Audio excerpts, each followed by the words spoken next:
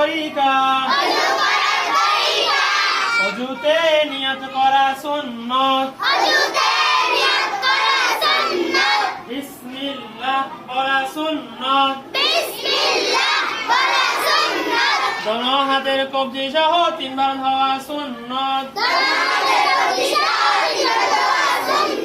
3 বার মিসওয়াক করা সুন্নত 3 বার কুলি করা সুন্নত 3 বার নাকে পানি দেওয়া সুন্নত সমস্ত মুখ 3 বার ধোয়া সুন্নত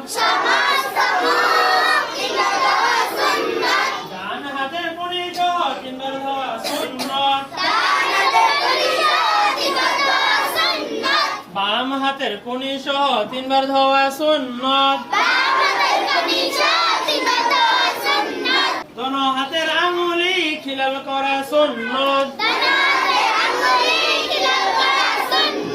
সমস্ত মাথা একবার মাসাজ করা সুন্নত